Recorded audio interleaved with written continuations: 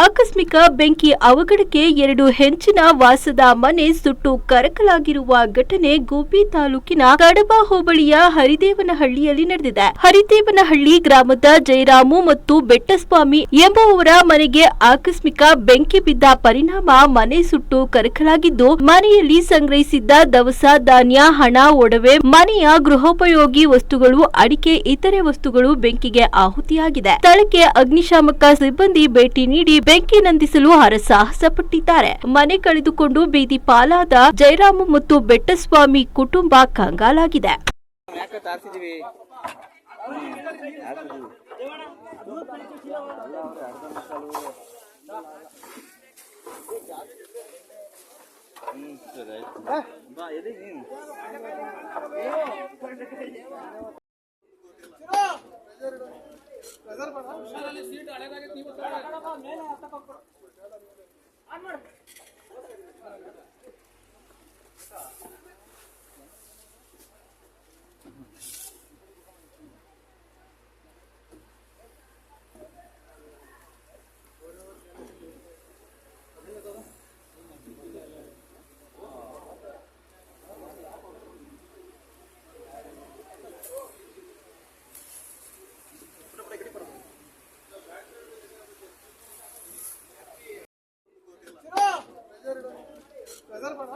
seat ಹಳೆದಾಗಿ ನೀವು